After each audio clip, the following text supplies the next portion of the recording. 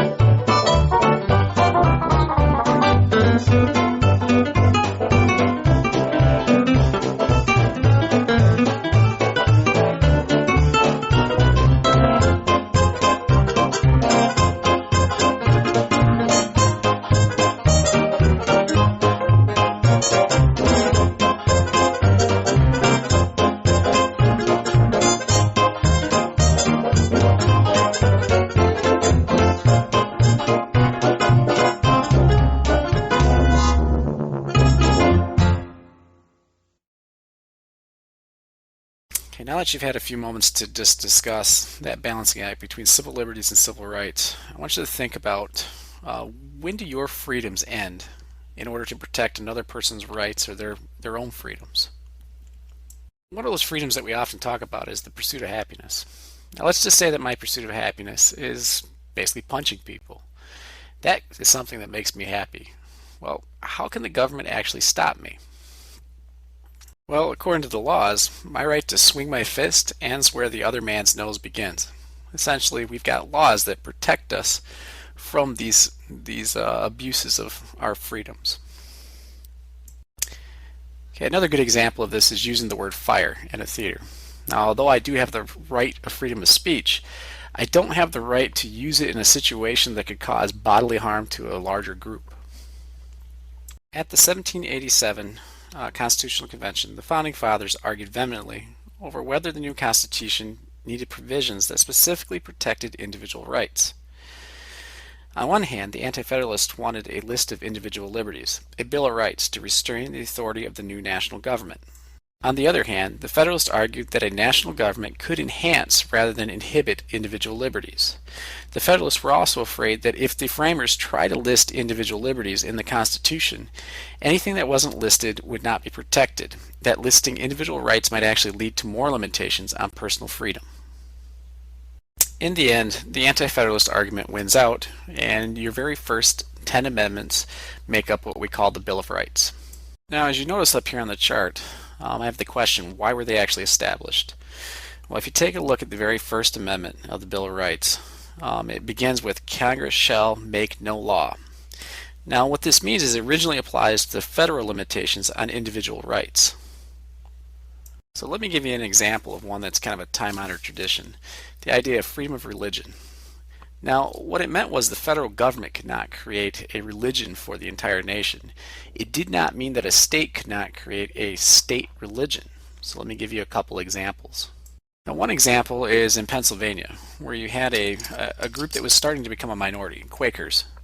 There was such a huge fear that other religions would take over that they literally put in their constitution that Quakerism is an allowed state religion in Pennsylvania.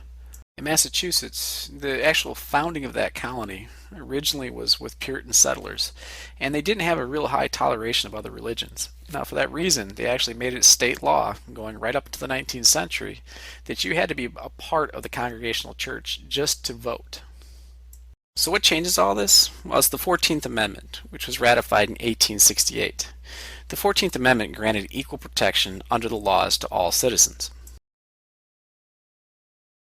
Now eventually, starting in the late 19th century going right through the 20th, the Supreme Court extends the protections of the Bill of Rights to be applied not only to federal actions but also to state actions as well. One of the most important parts of the 14th Amendment is actually the due process of law. Now what this actually means is a person cannot be deprived of life, liberty, or property without due process. This means the government must act fairly and reasonably in accordance to established rules. So to give an example here at school, administrators have to basically give you the opportunity to plead your case. That's them acting fairly and reasonably and giving you due process.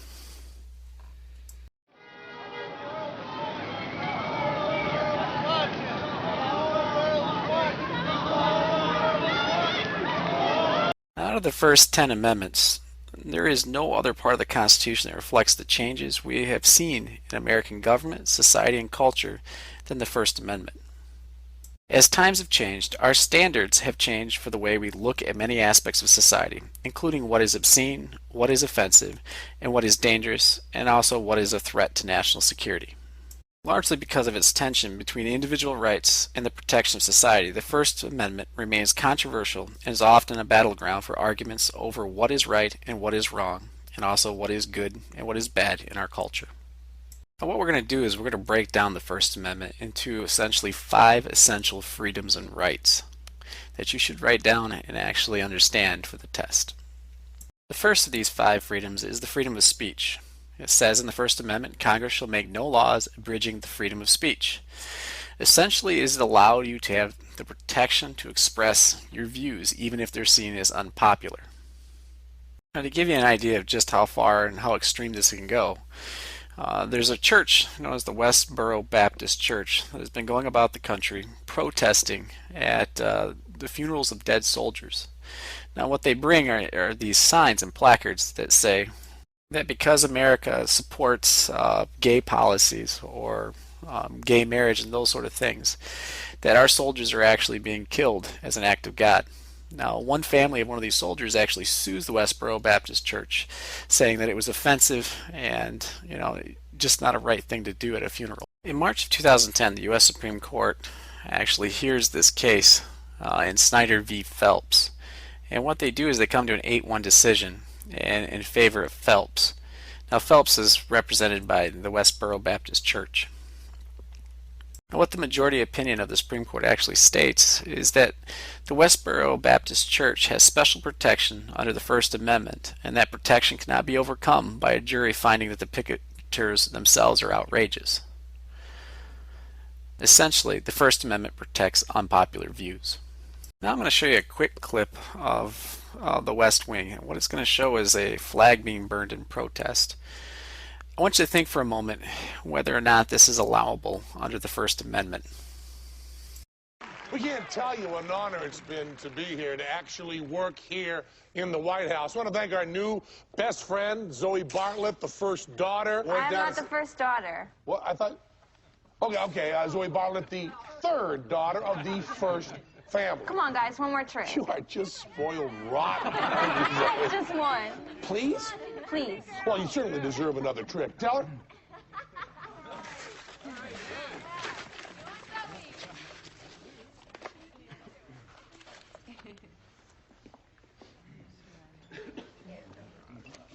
A simple red handkerchief?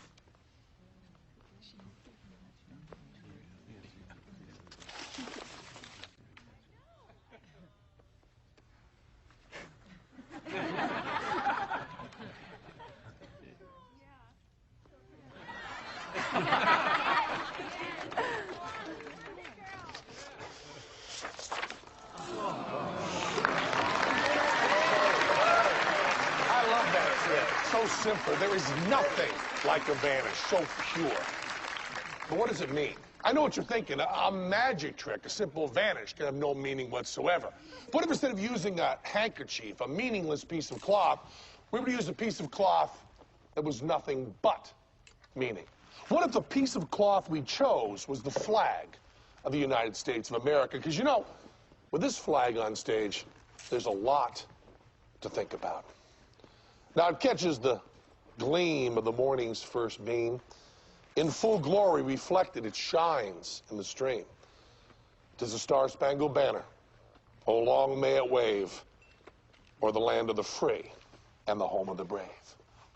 And what if instead of using that meaningless piece of construction paper, we were to use a piece of paper that means more to us than any other piece of paper in the world?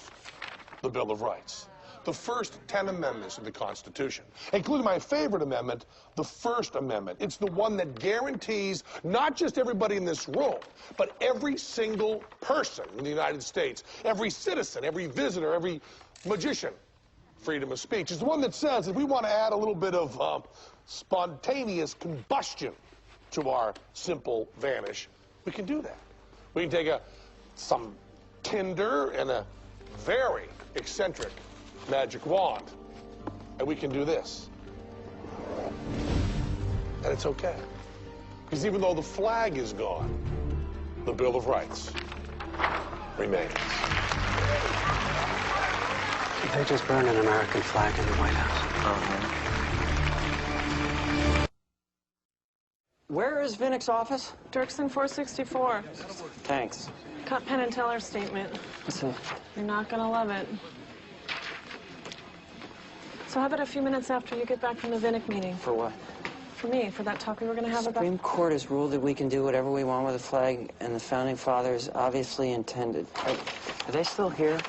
Juggling identical objects, identical weights is pretty easy with about, 5 years practice. But juggling different weights, different shapes, stuff you just picked off people's desks, stuff you couldn't possibly have practiced with, that's when it gets a little bit tricky. That's amazing. Thanks a lot. This statement does me absolutely no good. I need you guys to give me a statement saying exactly what you did last night, preferably that you did not burn a flag. And if you did actually burn a flag, I need you to admit it and emphasize that you did not clear your act with anyone in the White House. So the question I have is, Penn and Teller okay with burning the flag in the White House? According to Texas versus Johnson in 1989, a case where you actually have flags being burned in protest, the Supreme Court actually stated that it is okay to burn flags essentially as a form of freedom of speech. That makes Texas versus Johnson a precedent-setting case for other cases of freedom of speech, like the Westboro Baptist Church. The next freedom granted under the First Amendment is the freedom of religion. It states that Congress shall make no law respecting an establishment of religion or also prohibiting the free exercise thereof. Now, in order to interpret freedom of religion, there are two separate clauses that help us better define what this means. The very first one is the Establishment Clause. Now, this sets up a wall or separation between church and state. Now, here at school, that's one of the reasons why I can't lead a public prayer. With me being the teacher, I essentially represent the state or the government.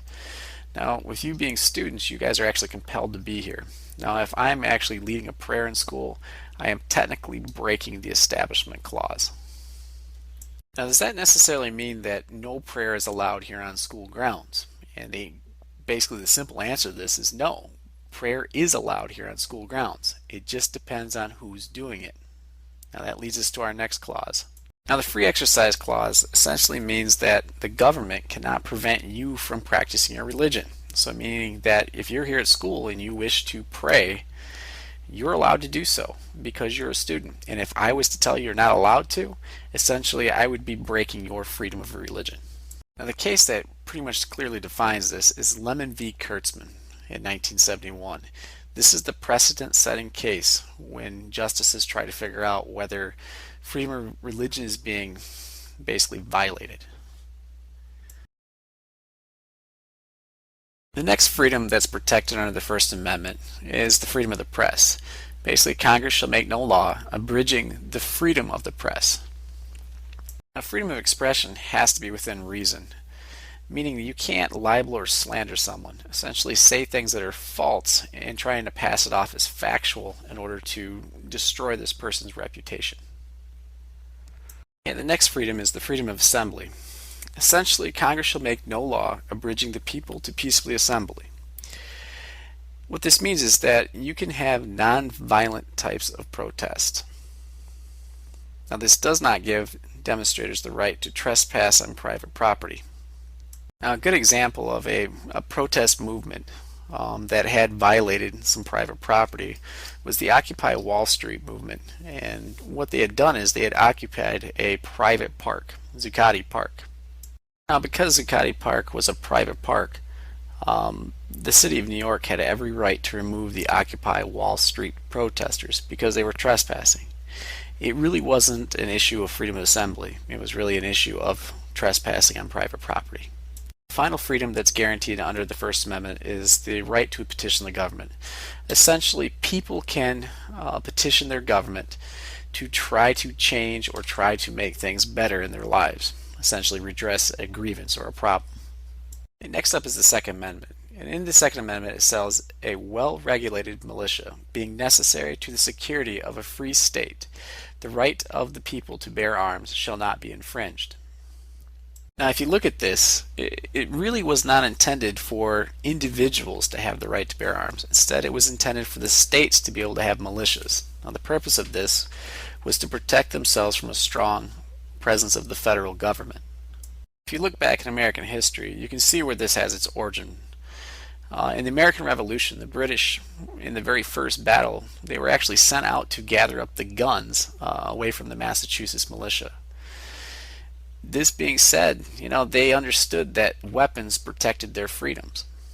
So it's not until recently that people have looked at this Second Amendment as being an individual right to bear arms. And really, if you look at it historically, you don't have to wait until you get to DC versus Heller to where you have a court case that actually affirms the right for people to own arms. The Third Amendment says that no soldier shall in time of peace be quartered in any house without essentially the owner allowing it to happen. Now, this has its roots in the American Revolution, and it has only been challenged once or twice to the Supreme Court. Amendments 4, 5, and 6 all have to do with the due process of the law versus the actual use of police powers to keep you safe.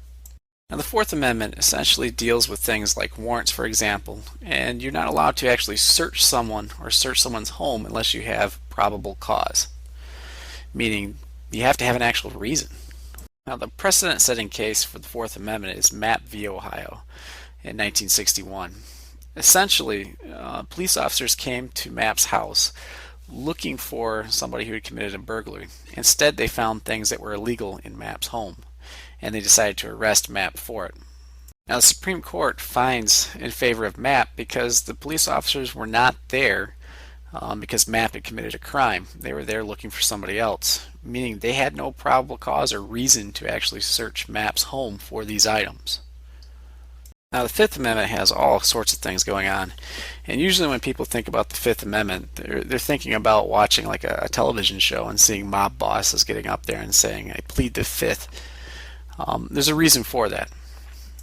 When you see someone pleading the Fifth in a movie, what they're doing is it's the Fifth Amendment protection against self-incrimination, meaning that you can't be forced to give testimony that could be used against you.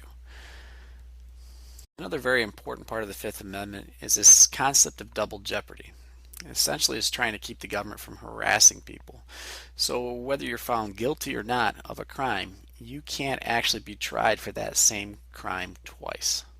The next thing the Fifth Amendment does is this idea of having due process of law, which can be kind of tricky, but it does have a real simple meaning. Now, we just merely need to know that due process means that laws have to be fair, and that if they're a fair law, they have to also be enforced fairly, meaning that if I stole an apple and you stole an apple, I don't get a $10 fine and then you get the death penalty. Now, some of the cases that the Supreme Court might see that have to deal with the Fifth Amendment when it comes to due process are things like the death penalty cases, affirmative action, privacy, and also voting rights. The final must-know thing for the Fifth Amendment actually deals with eminent domain, and we've already talked about this in class. But essentially, the government can take your property if it's in the best interest of the people for public use, but they do have to give you just compensation or fair compensation. Now, fair market value, or that just compensation, can be kind of tricky. If you've lived in a home for over 30 years and you were asked to move, it may be worth more to you emotionally than the actual money that you would receive in a real estate sale. No doubt the most far-reaching aspect of the Fifth Amendment's protection against self-incrimination, even more than taking the Fifth, is the right to remain silent and the requirement that police inform a suspect of the right at the time of arrest. Now, we're talking, of course, of what's known as the Miranda warning. Now, the Miranda warning actually springs from a court decision, Miranda versus Arizona, in which Ernesto Miranda was essentially never told his rights and was, in a way, forced to give a statement admitting guilt. He was convicted, and then he ended up appealing it all the way to the Supreme Court. And just like the Fifth Amendment, the Sixth Amendment is also full of different things that you need to know that are extremely important in protecting your rights. In all criminal prosecutions, you are supposed to be given a speedy and also a public trial. It's not supposed to be behind locked doors with no one knowing what's going on. And also the jury itself is supposed to be impartial, meaning that they're not just chosen out of the crowd to go against you. Now, the impartial or neutral jury is becoming harder and harder, especially in these cases that are being sensationalized in the news. With the 24-hour news cycle, it's hard to find an impartial jury. People usually walk in those doors already having an opinion on the case before actually hearing the evidence. You're also supposed to be told why you're actually being accused, and you're also supposed to be able to confront any witnesses who come out against you. So witnesses can't be anonymous. They just can't give information and then run away and hide. They are supposed to actually confront you in the court. Now, what it means to have this compulsory process to obtain witnesses in your favor is that you don't have to just have witnesses that are against you. You are allowed to call witnesses forth that can actually defend you or defend your character. It allows both sides to be heard.